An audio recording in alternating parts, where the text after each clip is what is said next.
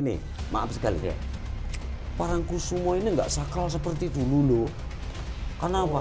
Gelombangnya nggak ganas seperti dulu. Ya. Salah. Ganas sekarang. Oh, lebih ganas sekarang. Ganas sekarang kok Andre.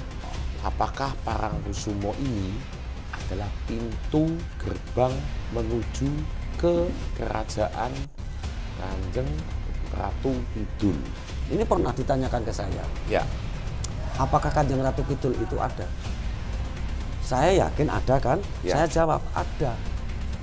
Apakah bisa diajak ngomong? Ya. Ya. Apakah bisa diajak bersentuhan? Tuh guys, back to again bersama channel Andre DMS Official teman-teman. Nah, spesial guys untuk malam ini ya, Ko Andre berada di kota Yogyakarta, yang dimana mungkin besok kita akan ada melakukan uji nyali atau explore di Pantai Laut Selatan. Nah, kita ada di daerah Parangkusumo teman-teman. Nah, yang dimana di sini teman-teman di sebelah Ko Andre ada Mbah Suraji. Selamat malam Mbah Suraji. Selamat malam. Nah, niki buat kalian semuanya saya jelaskan dulu, Mbah Suraji ini adalah salah satu orang keraton dan yang dipercayai dia, Mbah. Abdi dalam. Abdi dalem, ya, abdi dalem. Nah, di sini kita kepingin yang namanya meluruskan ya teman-teman, yang dimana cerita-cerita dari sejarah dari Parangkusumo sampai nanti di Pantai Laut Selatannya sampai Kanjeng Nyai Roro Kidul sama Kanjeng Roro Kidul. Nah, jadi mungkin di luar sana banyak yang masih belum paham ya. Nah, salah satunya beliau, saya di sebelah niki Mbah Suraji niki sudah mungkin katam guys ya, kalau dibilang lebih katam lah ya. Yang dimana di sini di belakang ada lukisan dari Mbah Suraji sendiri, karya saya. Karya ya guys ya, keren ya karyanya. Nah, mungkin kalian nanti bisa lihat foto-foto yang tadi sempat Ko Andre shoot ya. Nanti kalian bisa lihat semuanya seperti apa. Nah, di sini kita akan coba ya guys ya, bertanya-tanya dulu nih dari awal ya, dari awal cerita sampai akhir nanti seperti apa. Kalian dengarkan baik-baik, simak baik-baik ya percakapan atau podcast kita malam hari ini bersama Mbah Suraji. Nggih, Mbah Suraji. Nah, niki mungkin enten sing dereng paham atau banyak yang belum paham. Kita pakai bahasa Indonesia saja lah. Boleh. Ya. Takutnya nanti banyak yang nggak paham ya dengan bahasa kita ini ya guys. Nah, mungkin Mbah Suraji bisa ceritakan dulu nih mulai dari awal bagaimana sih apa sejarah dari Parangkusumo ini, terus sampai nanti detailnya sampai yang disebut Kanjeng Ratu Roro Kidul, Kanjeng Nyi Roro Kidul. Oke. Monggo Mbah Suraji. Oke, mau Ko Andre ya. Ya. Sebelumnya mohon maaf jika nanti ada kekurangan. Nggih, Ya. kemanusiaan itu banyak kurangnya.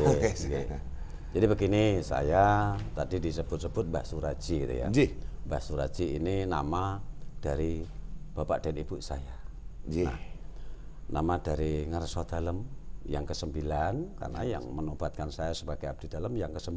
Yang ke-9. Nah, sekarang generasi yang ke-10, saya diparingi pusaka nama atau nama Parangatmo, Parang Pertomo. Parang Pertomo. Parang Pertomo dengan pangkat Wedono. Mas Wedono Parang Pertomo alias Mbah Suraji.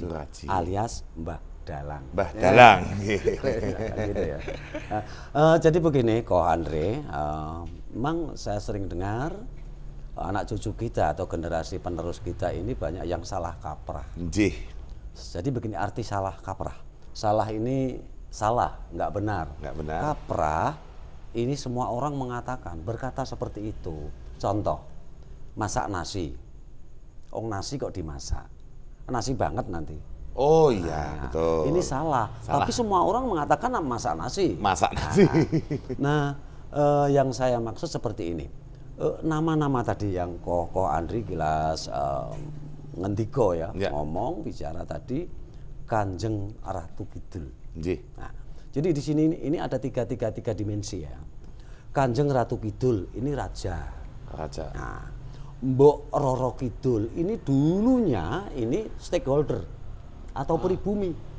Stakeholder atau pribumi, dan justru ini kemarin rajanya ini Mbok Roro Kidul ini. Mbok Roro Kidul. Sebelum ada Kanjeng Ratu Kidul. Sebelum ada Kanjeng Roro Kidul. Ratu Kidul. Ya, nanti akan sedikit atau sekilas saya historikan tentang Kanjeng Ratu Kidul. Pajajaran lama. Pajajaran lama. Kok lama? Iya, karena ada yang baru. Pajajaran lama ini berarti Prabu Munding Sari, rajanya. Pajajaran baru Prabu Siliwangi, kan gitu ya. Nah, Prabu Siliwangi. Nah, yang akan terkait dengan Kanjeng Ratu Kidul ini Pajajaran lama atau Prabu Munding Sari memiliki anak yang sangat cantik mulai dari kecil yang dinamakan Dewi Ratnaswidi. Dewi Ratnaswidi. Nah, konon Dewi Ratnaswidi yang sangat cantik ini mengidap penyakit kulit atau penyakit eksim. Sampai akil balik, sampai perawan gitu ya. Jadi beliau ini merasa tidak pede begitu, tidak percaya diri untuk untuk bergabung bersama rekan yang lain. Menahan sesuatu sehingga beliau ini mengidap stres atau dispresi gitu ya. Dispresi. Nah, ini ceritanya to the point saja ya. Dispresi. Maaf sekali, orang dispresi ini kalau bicara kan semau gue dong. Betul. Nah, di suatu saat seperti ini, ngomong seperti ini Bapak, yang artinya, Bapak saya ingin hidup yang tidak mengalami kematian. Nah, orang tua mana yang tidak marah atau murka? Sang Prabu Munding Sari murka. Kalimat yang sering saya dengarkan karena ini sejarahnya ini tutur tinular. Ya, tutur tinular. Tutur ini ngomong atau bicara atau lisan dan ditularkan kepada anak cucu termasuk saya. Betul. Prabu Munding Sari murka dengan, kalau kita bicarakan bahasa dialog daerah sini ya wis kono dadi ratu ana ing kraton Segara Kidul. Ya sudah sana, jadilah raja di kerajaan Laut Selatan dan membawai semua warga masyarakatnya kajiman atau jim. Karena di dunia ini kan himina syaitonir nirajim. Setan dan jim. Nah, di situ. Setelah itu Dewi Ratnaswidi menuju ke kerajaan Pantai Selatan tadi. Di situ sudah ada raja yang bernama Mbok Roro Kidul. Jadi ini stakeholder. Mbok Roro Kidul. Nah, Assalamualaikum. Waalaikumsalam. Anda siapa? Saya Ratnaswidi dari Pajajaran. Saya putri atau anak dari Romo Munding Sari. Ada apa? Saya disuruh Romo agar saya menjadi raja di sini. Padahal Romo tadi kan kata-kata emosi kan. Yo sono jadi kan begitu kan. Nah, tapi pahamnya Ratnaswidi seperti itu. Jadi ngomong apa adanya gitu loh. Saya agar menjadi raja di sini. Oke, please ya silahkan. Silahkan Anda menjadi raja karena apa? Anda juga anak raja. Mending saya yang turun takhta, saya akan menjadi menterimu atau patihmu gitu ya. Menterimu saja. Jadi Ratnaswidi lalu dinobatkan sebagai Kanjeng Ratu Kidul. Nah, di sini. Jadi Kanjeng Ratu Kidul. Garis miring Ratnaswidi. Ratnaswidi Kanjeng Ratu Kidul. Yang awalnya tadi Mbok Roro Kidul. Jadi Mbok Roro Kidul turun takhta ini menjadi menteri dalam negeri. Atau kalau sejarah kerajaan Jawa ya patih jero. Patih jero atau menteri dalam negeri. Karena ada patih Jobo ada patih Jobo. Ada patih itu. Nanti ya. Nanti akan saya lanjut penggalan-penggalan atau to the point dalam history of Mataram nantinya, kan gitu ya. Setelah itu proses waktu atau abad mungkin ya, di situ ada masuknya Dewi Nawang Wulan. Dewi Nawang Wulan. Dewi Nawang Wulan. Siapa Dewi Nawang Wulan? Identik. Nawang Wulan ini pernah disunting atau dinikahi oleh Joko Tarub. Joko Tarub yang memiliki produk satu Nawangsih. Setelah mengungkap, sejarahnya kan begitu. Betul. Setelah terungkap dari kecurangan dari sang suami si Joko Tarub, setelah memiliki produk satu, baru terungkap pakaian atribut bidadarinya kan ketemu di lumbung padi. Betul. Setelah itu dipakai lalu terbang. Ya kan? Betul. Ya, ini konflik ini antara Joko Tarub dan ya mau kembali ke Karangkawidodaren atau sorga, di sana tidak diterima karena sudah tidak steril lagi, sudah terjamah oleh manusia. Anda tidak boleh masuk di sini. Bingung akhirnya mau kembali ke Dusun Tarub, rasanya sudah nggak enak. Mau kemana ini? Mau ke surga sudah tidak diterima.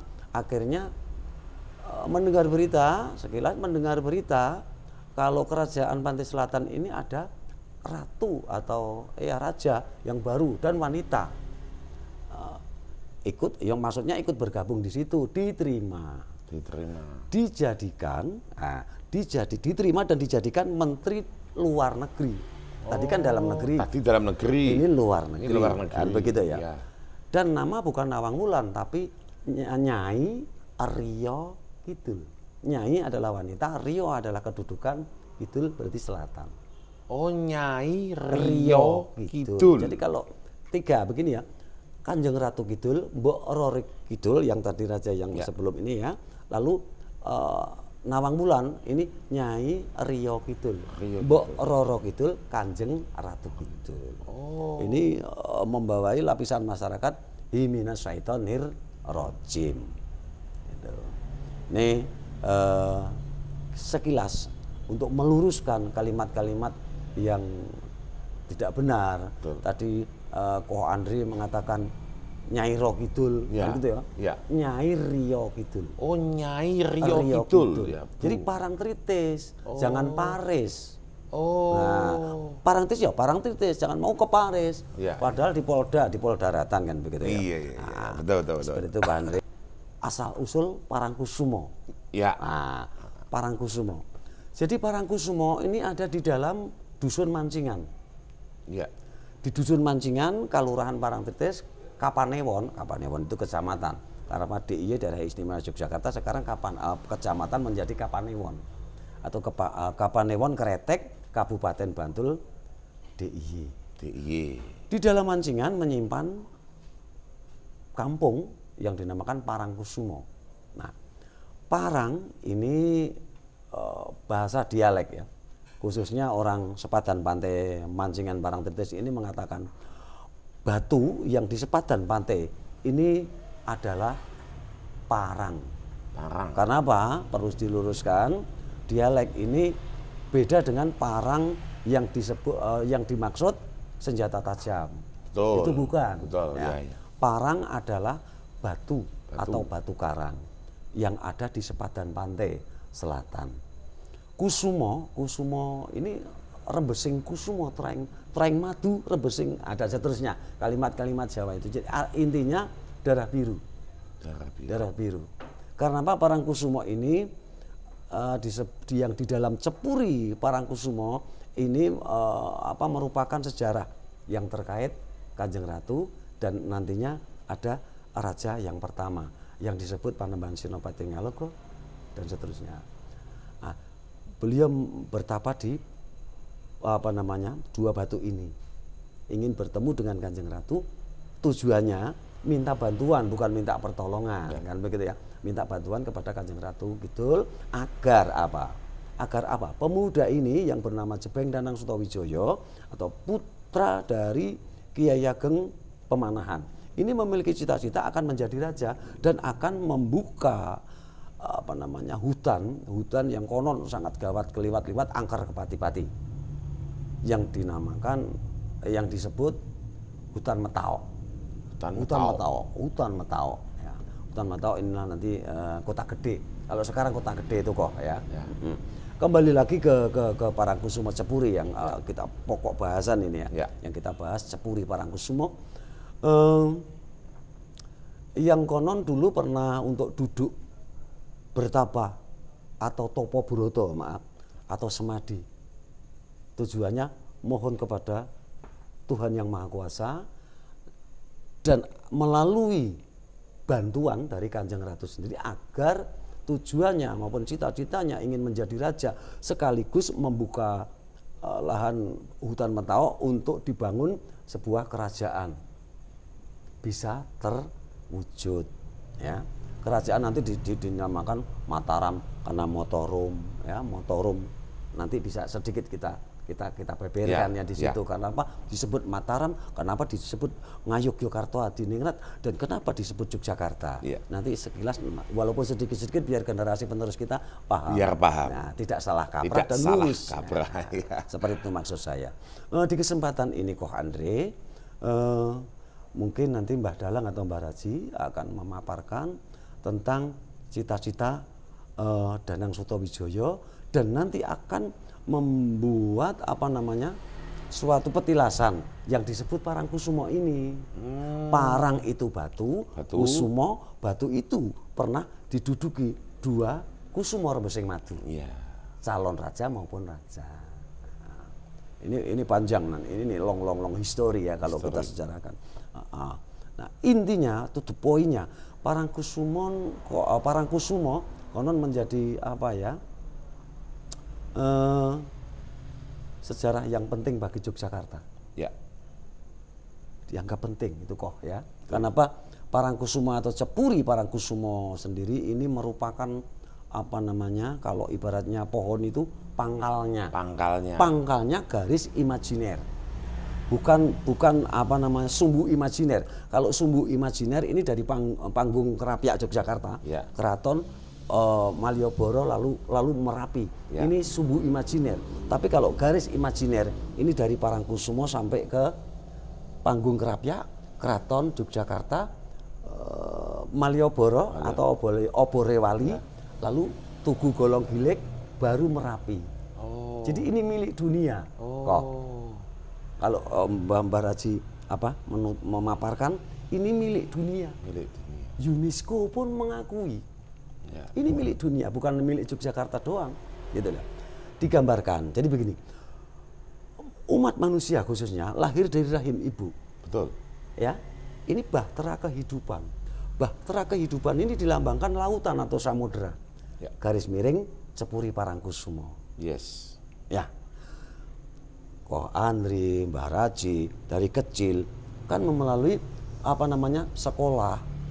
Sekolah ini akan dilengkapi dengan Toto kromo, toto susilo, sopan santun. Ini yang muncul dari kerajaan manapun Koh Andri. Memiliki tradisi naluri budaya yang adiluhung. Dari se-Nusantara ini ada kerajaan yang kita pokokkan kerajaan Yogyakarta. Jadi bisa dewasanya ini dari lahir melalui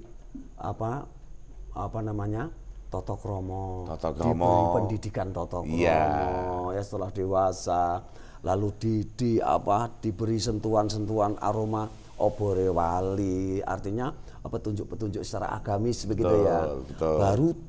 Baru ke Tugu Golong Gilik, maaf, walaupun sekarang bukan Golong Gilik, karena dulu itu Tugu Yogyakarta itu Golong Gilik kok.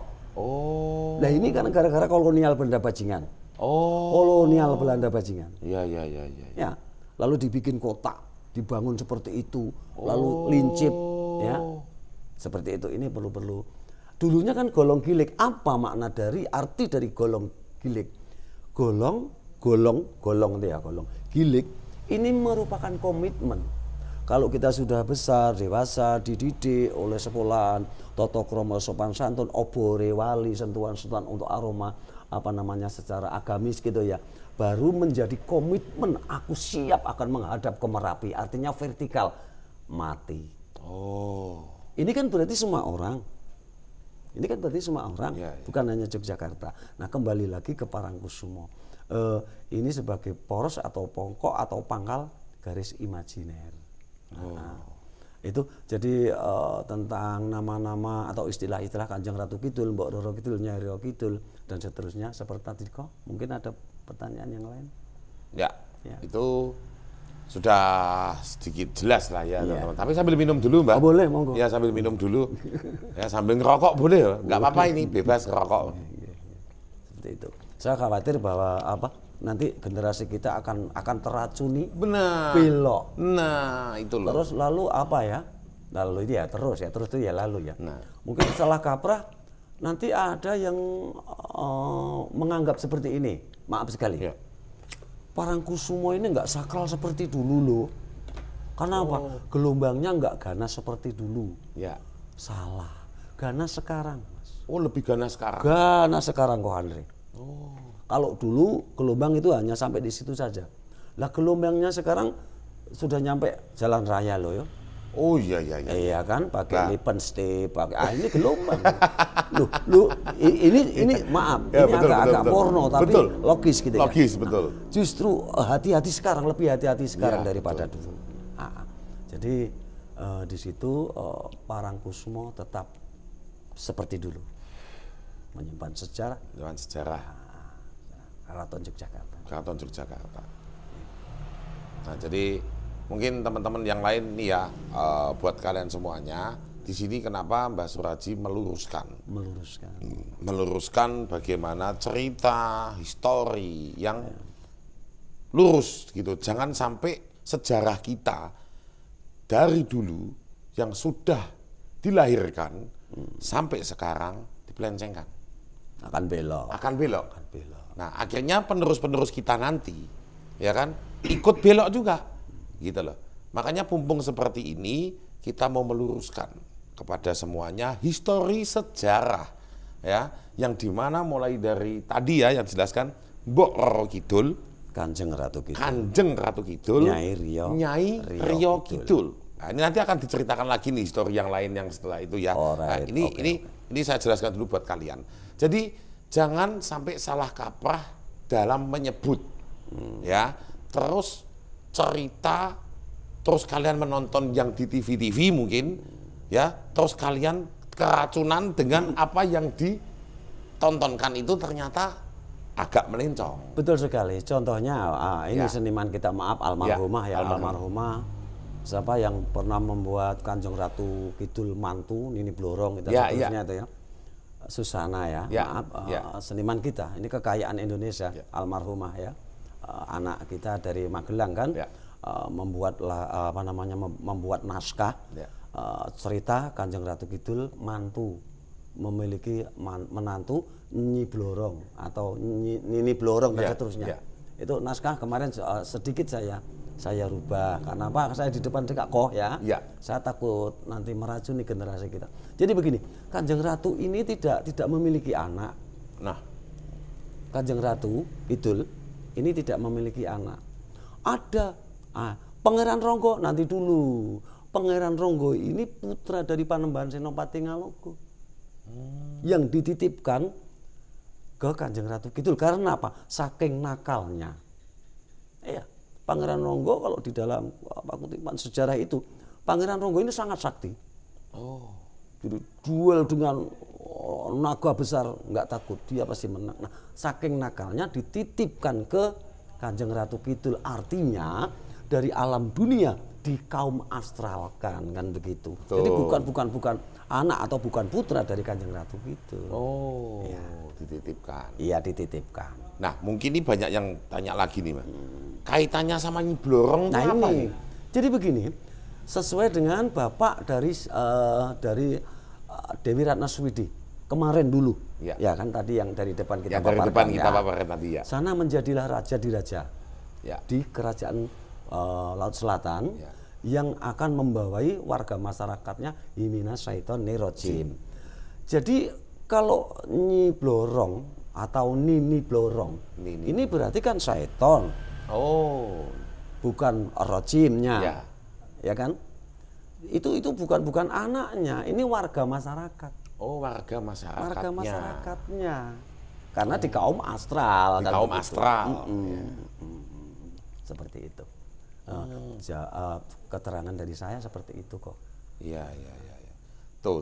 Jadi mungkin kalian sudah paham ya teman-teman ya. Ternyata itu Nyi Roro Kidul itu adalah masyarakat yang dari naungan Nyi Blorong. Nyi Blorong ya. Nyi Blorong ini tadi naungan dari Kanjeng Ratu Kidul. Bukan ada ikatan saudara atau apa ya. Nah, jadi di sini niki mau tanya nih.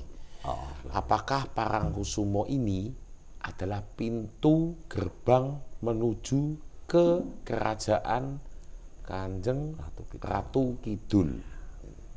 Ya, betul, Ko Andre. Maka di situ kan disebut Cepuri. Cepuri Parangkusumo. Cepuri atau pura atau gapuro atau pintu gerbang. Nah, ini jelas ya. Dan kebetulan di situ secara fisik oleh Sri Sultan, Ngaswa Dalem, dibangun sebuah gapuro yang sangat besar. Ya, jadi jawaban saya, iya benar. Betul. Berarti memang betul Parangkusumo ini adalah gerbang, ya. Pintu gerbang menuju ke kerajaan Laut Selatan. Oh, jadi seperti itu.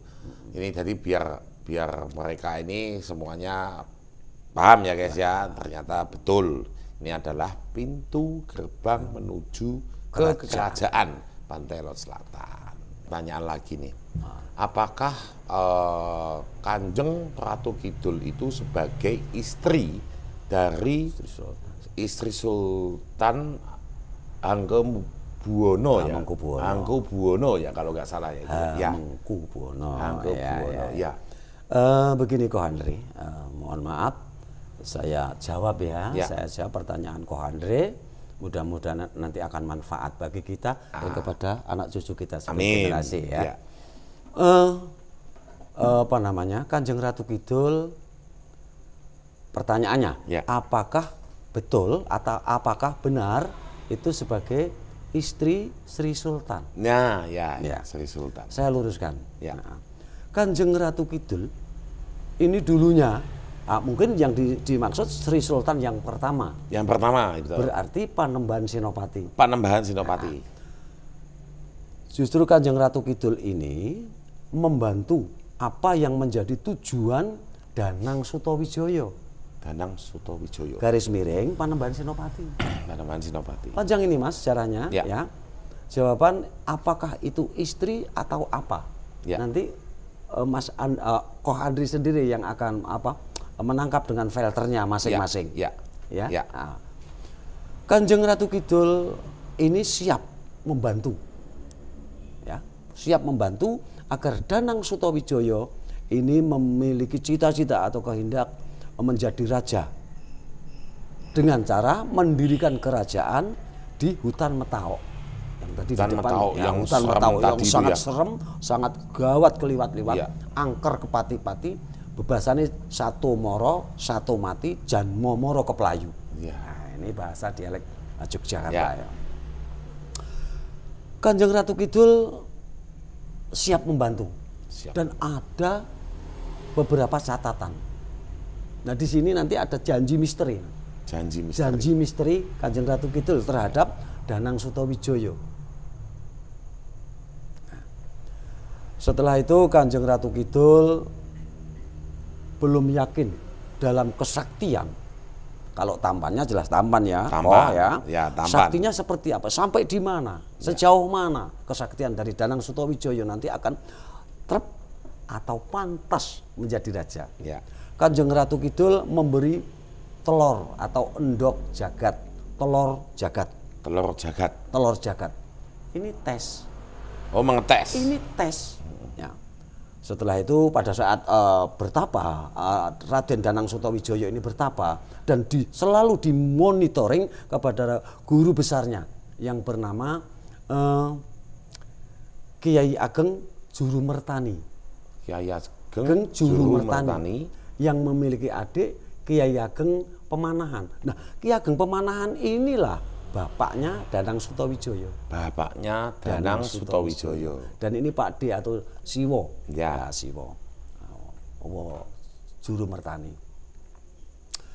Beliau selalu memonitor apa gerak-gerik di dalam menjalankan bertapa. Itu kan bertapa di situ Ya. di Batu 2 dan Danang Sutawijaya dianjurkan oleh sang guru besar Kiai Ageng Juru Mertani agar duduk di batu yang sebelah utara, gitu ya.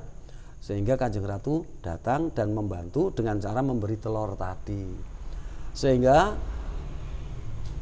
sang guru besar Kiai Ageng Juru Mertani ini melihat dari Danang Sutawijaya ya yang akan memakan telur sesuai anjuran Kanjeng Ratu Kidul. Ya kan gitu ya. Kamu akan terwujud cita-citamu tapi dengan catatan makan ini. Padahal ngetes. Tes. Iya. Maka dari itu sang guru besar Kiai Ageng Juru Mertani berteriak dari kejauhan karena radiusnya kalau dalam cerita itu agak jauh. Tole, jangan dimakan. Berdebat, wah saya akan disuruh bertapa, bertemu dengan Kanjeng Ratu Kidul sudah datang membawa telur, ini kan anjuran dari Kanjeng Ratu Kidul agar bisa terwujud dalam cita-cita saya menjadi raja.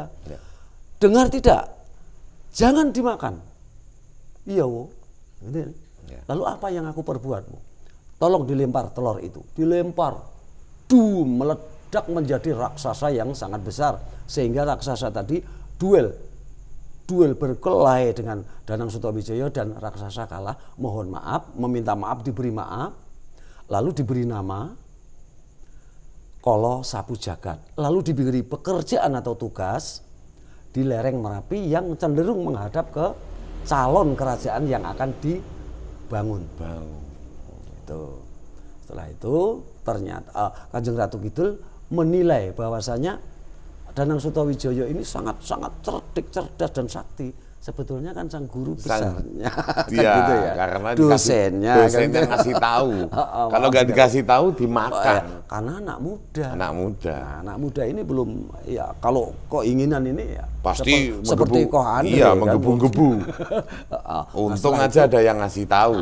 Selalu dimonitor dengan guru besar sehingga selesailah. Di situ Kanjeng Ratu Kidul siap membantu dengan catatan. Dan di sini ada perjanjian. Di sini ada MOU-nya. Termasuk nanti setedak turunmu, kalau kamu sudah menjadi raja ya, setedak turunmu sama dengan 1. Setedak turunmu kalau di halaman atau alun-alun Keraton Samudro Kidul ini dilarang mengenakan yang menyerupai, yang menyamai dengan pakaian saya yang disebut hijau pupus atau hijau pupus Gadung Melati. Seperti apa hijau pupus Gadung Melati? Ini hijau pupus terkolaborasi atau terkomposisi dengan warna putih, tidak ada warna yang lain. Itu hijau pupus Gadung Melati. Gadung Melati. Ya, hanya hijau pupus dan warna putih. Itu disebut hijau pupus Gadung Melati.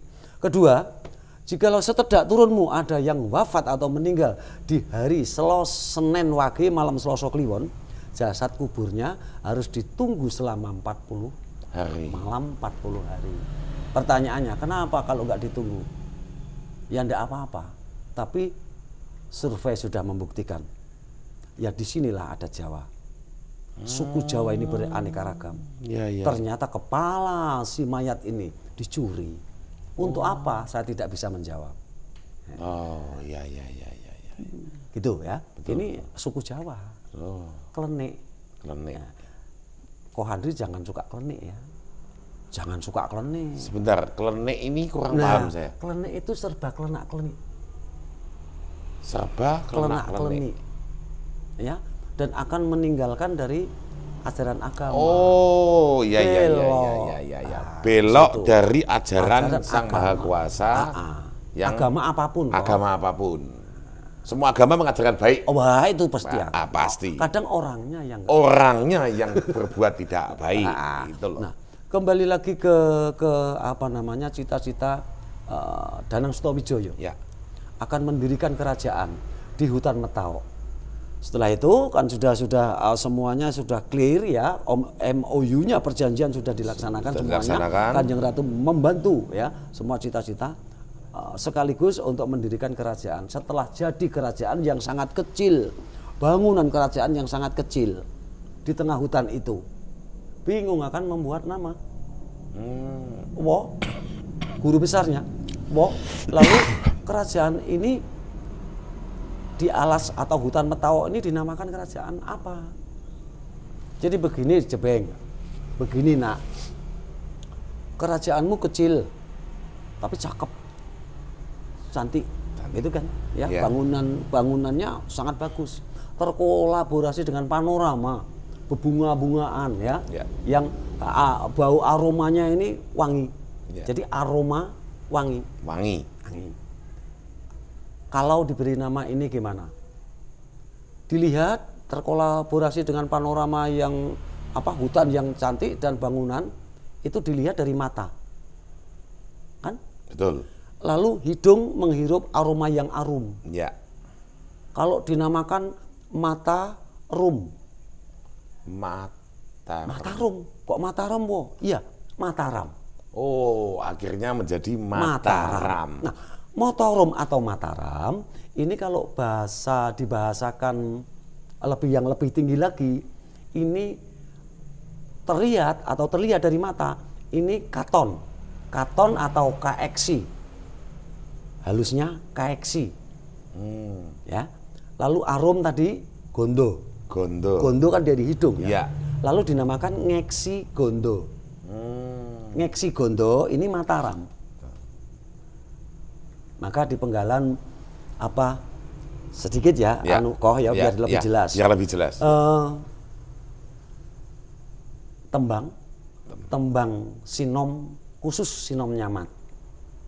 Nulodo laku utama tumrape wong tanah Jawi. Wong agung ngeksi gondo. Ngeksi gondo. Ngeksi gondo. Iya. Siapa? Panembahan Senopati, betul kan? Betul. Nah, Ngeksi Gondo atau Mataram ini Narendra atau rajanya Panembahan Senopati. Gitu ya. Berarti masuk ya? Masuk. Betul. Wah, kok kayaknya kurang cakep ya? Lalu diberi nama apa? Oh, jadi begini Jebeng. Saya pernah mendengar sejarah dari pewayangan, dunia pewayangan. Prabu Romowijoyo ini dari Poncowati Dendo. Prabu Romowijoyo sendiri memiliki bapak yang bernama Prabu Dasarata, bukan Dasamuka loh ya. Dasarata. Ini memiliki kerajaan yang disebut Ayodhya Pala atau Ayodhyapala. Kalau dinamakan Ayodhya gimana? Ngayogyakarta. Oh, ya setuju, Wo. Bagus, Ngayogyakarta atau Yogyakarta. Oh. Jadi Ngeksi Gondo, Mataram, Yogyakarta, Ayogyakarta Adiningrat. Iya. Seperti itu. Kembali lagi ke Parangkusumo. Ya. Jadi tadi meluruskan pertanyaan jawaban ya. Jawaban dari pertanyaan apakah betul Kanjeng Ratu ini sebagai istri para sultan yang pertama dan sultan Tedak turunnya kan gitu ya. Mbah Raji tidak mau menjawab ya. Karena apa? Saya takut nanti justru meracuni kepada anak cucu kita generasi penerus, wabil khusus ya, orang yang tidak bertanggung jawab untuk disalahgunakan. Dan itu dianggap bertapa, nanti akan bertapa demenan. Iya, betul. Di situ enggak usah kita nanti sosialisasikan. malah jadi prasangka yang tidak. Iya, betul. Belok ya. Nanti malah belok. Ya. Jadi saya tidak mau untuk menjawab tentang itu. Yang jelas saling membantu antara alam dunia dan alam gaib atau alam astral. Ini membantu bukan menolong. Jadi Kanjeng Ratu Kidul ini membantu dari kehendak calon raja Panembahan Senopati Ngalogo. Ya. Tuh, Ko Andre. Ya. Jadi seperti itu teman-teman ya. Bukan Mbah Suwardi tidak tahu. Saya tahu ini. Mbah Suwardi itu tahu. Tapi kalau mau dijelabarkan, takutnya kita semua ini nanti menyalahgunakan arti dan jawaban nanti ini, ya. Karena ini kadang manusia ini kan pikirannya ini belum negatif aja yang ada itu, kebanyakan ini ya. Kita mau berpikir positif tuh kadang susah, guys. Ya. Nah, jadi yang penting kalian sudah tahu histori, jawaban, dan pertanyaan apa yang mungkin yang menyangkut 3 tadi, ya. Mbok Roro Kidul, Nyai Roro Kidul, Kanjeng Ratu Kidul. Itu betul. Nah, jadi biar sekalian tidak salah sebut. Kebiasaan orang nyebutnya Nyi Roro Kidul. Nah, ini loh. Ada Nyai Roro Kidul. Nyai Roro Kidul. Nah, padahal Nyai Rio Kidul. Nah, tadi udah disampaikan kan artinya apa dan apa semuanya, yaitu kalian yang mungkin mendengarkan ini semua boleh di-share, ya, boleh dikasih tahu karena apa? Kalau kalian menyebarkan ini semua, sama saja kalian meluruskan, ya, sejarah histori di zaman dahulu, ya. Kalian bisa share ke teman-teman kalian, share ke siapapun yang belum paham tentang sejarah kita yang terakhir. Nah, ini pertanyaan yang terakhir ini menjerumus yang lagi viral kan lagi. Apa itu? Ini ilmu yang dinamakan ilmu perdukunan. Nah, jadi gini, ini kan banyak beredar di medsos, ini rame, ya kan, lagi rame, ini lagi panas-panasnya. Yang dimana ilmu santet dipindahkan ke kelapa, keluar paku, keluar apa, wis itu dari badannya semuanya. Nah, ini dukun-dukun ini loh. Nah, mungkin dari sudut pandang Mbah Suraji ini seperti apa kalau di kejawennya? Oke. Iya kan? Oke, Ko Andre. Sebelumnya mohon maaf ya. Nggih. Ini agak dalam. Dalam. Boten napa-napa. Oke. Tentunya terkait dengan Kanjeng Ratu Kidul kan begitu ya. Ya. Nah, karena pokok bahannya tadi Kanjeng Ratu Kidul. Betul. Nyai Roro Kidul. Betul. Rekan-rekan kita atau sahabat-sahabat kita para spiritual atau maaf tadi dukun gitu ya. Dukun. Iya. Kalau menurut Mbah Dalang atau Mbah Suraji Parang Pertomo ya, saya ini orang Jawa kok ya. Betul. Walaupun kita tidak membeda-bedakan suku ya. Betul. Itu yang Chinese, yang dan Ya. ini semua kita. Betul. Ini kita Bhinneka Tunggal Ika. Bhinneka kan, Tunggal Ika, Pancasila. Ini indahnya Republik kita seperti itu. Betul. Ya. Nah, saya orang Jawa, tentunya kakek moyang kita yang sering sebelum bubuk, dikala ada waktu untuk memberi petuah-petuah yang terkait dengan pertanyaan Koh Andre. Ya. Jadi begini, intinya Kanjeng Ratu Kidul itu ada. Ini dulu yang kita bahas. Betul. Tentang penyalahgunaan, penyelewengan, memanfaatkan Kanjeng Ratu Kidul melalui media Kanjeng Ratu Kidul dan seterusnya. Ini nanti jawaban yang paling akhir. Ya. Ini terakhir, ini paling akhir. Ya. Nah, Kanjeng Ratu Kidul itu ada kok. Karena apa? Beliau perbedaan kita di alam dunia, beliau di alam astral. Dalam gaib.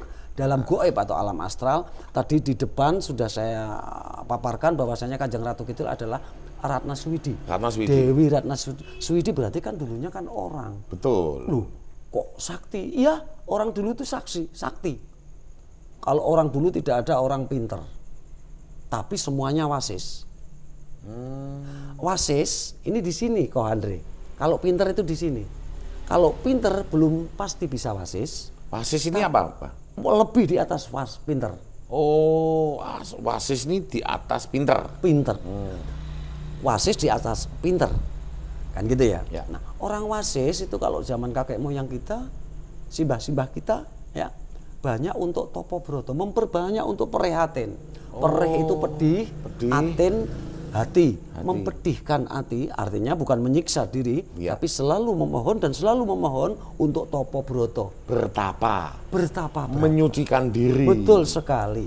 Ya, untuk mendekat kepada Yang Maha Kuasa. Yang Maha Kuasa. Karena zaman dulu itu belum ada agama kok. Hanya percaya animisme, dinamisme, betul? Betul. Ini kakek moyang sampean loh. Kakek moyang kita. Ya. Betul. Hanya percaya dinamisme, animisme. Betul. Ya kan? Pusaka yang wah kan begitu ya. Betul. Ini akan saya sedikit sentuhan-sentuhan dari sejarah itu. Kenapa tadi Mbah Raji mengatakan bahwasanya Kanjeng Ratu Kidul itu ada. Ya. Lalu disalahgunakan ya. Disalahgunakan. Kanjeng Ratu Kidul itu ada karena manusia juga. Awalnya manusia. Awalnya manusia. Dari sabda bapaknya sendiri sekali mengucap kalimat dari hijayahnya kung fayakun. Sekali mengucap jadi. Ya. Karena apa yang mengucap? Siapa yang mengucap? Ini orang yang wasis, orang yang sakti, memiliki derajat yang sangat tinggi, gitu loh. Biasa bertapa, maka dari itu tidak mustahil beliau ini menjadi raja Pajajaran yang kuno atau lama. Gitu. Nah, jadi ibaratnya ya kena sumpahnya atau kena apa ya namanya, kena sepoto, disepatani oleh bapaknya sehingga menjadi raja betul. Sehingga menjadi pelengkap sejarah Jawa. Justru Kanjeng Ratu Kidul melahirkan, melalui media Kanjeng Ratu Kidul ini melahirkan beberapa raja atau nanti di Mataram sendiri. Dan Kanjeng Ratu Kidul identik tidak suka untuk berbuat jahat. Ini sudah beberapa persen menjawab nanti pertanyaan yang di belakang kan ya, jawaban yang di belakang. Kanjeng Ratu Kidul ini nggak mau untuk yang negatif, untuk yang negatif, apalagi tipu-tipu menipu 378 dan seterusnya. Betul. Tidak suka. Nah, di sini sering banyak aku dengar juga para saudara-saudara kita yang menyalahgunakan, mengatasnamakan Kanjeng Ratu Kidul, diikut sertakan, dijadikan media untuk ritual-ritual atau spiritual, ya, spiritual yang menurut Mbah Raji kurang benar. Contohnya tadi ada orang pasien ya, pasien yang sangat namanya pasien kan, ingin sembuh, lalu dengan cara nanti ada dipindahkan ke kambing dan seterusnya. Iya, dan kelapa. Ini saya kira tidak terkait dengan Kanjeng Ratu Kidul. Mungkin beliau sendiri yang memiliki ilmu atau pengetahuan hal itu. Tapi kalau Kanjeng Ratu Kidul jelas tidak seperti itu ya. Berarti ibarat orang-orang ini menyalahgunakan dengan embel-embel Kanjeng Ratu Kidul. Ada lagi kok, aku pernah dengar lipat ganda uang. Nah, lalu minta uang ke Kanjeng Ratu Kidul dengan cara dipendam, bertapa semedi tapi dipendam. Ya. Tapi ada modal dari rumah, menjual tanah 35 juta misalnya. Nanti ditimbun ditaruh di atas timbunan beliau bertapa. Ya. Nah setelah itu timbunan tadi dijeblong-blongkan, mati dia di sana. Nah artinya 35 juta tunai dibawa lari. Nah, ini kan sudah 378 ke 339 ya, pembunuhan dan direncanakan. Betul. Nah di sini ini jelas saya menjawab Kanjeng Ratu tidak berkenan. Ya seperti itu. Berarti ini ibarat yang dukun-dukun apa semuanya itu berarti mereka itu palsu semuanya. Ya kalau istilah Mbah Raji kurang benar lah. Kurang benar. Kalau memang salah guna loh ya. Menyalahgunakan Kanjeng Ratu Kidul dijelaskan. Kalau menyalahgunakan Kanjeng Ratu Kidul untuk berbuat salah, ini tidak benar. Betul. Makanya kadang itu kan banyak yang mengatasnamakan ini, terus saya dekat dengan Kanjeng Ratu Kidul, yang manusia biasa bisa bertemu dengan beliau.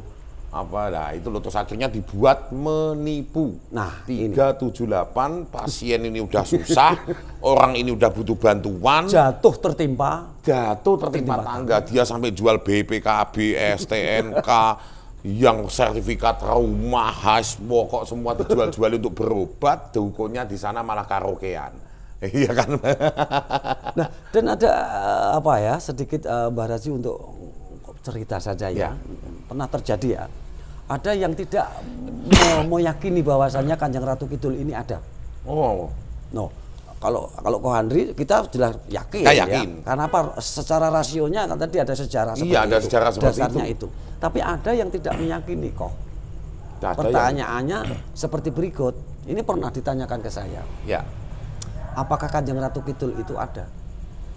Saya yakin ada kan? Saya jawab ada. Apakah bisa diajak ngomong? Apakah bisa diajak bersentuhan? Ya kan? Jawaban saya tidak semudah itu kok. Tapi tidak semudah itu. Tapi bisa ya. Nanti dulu.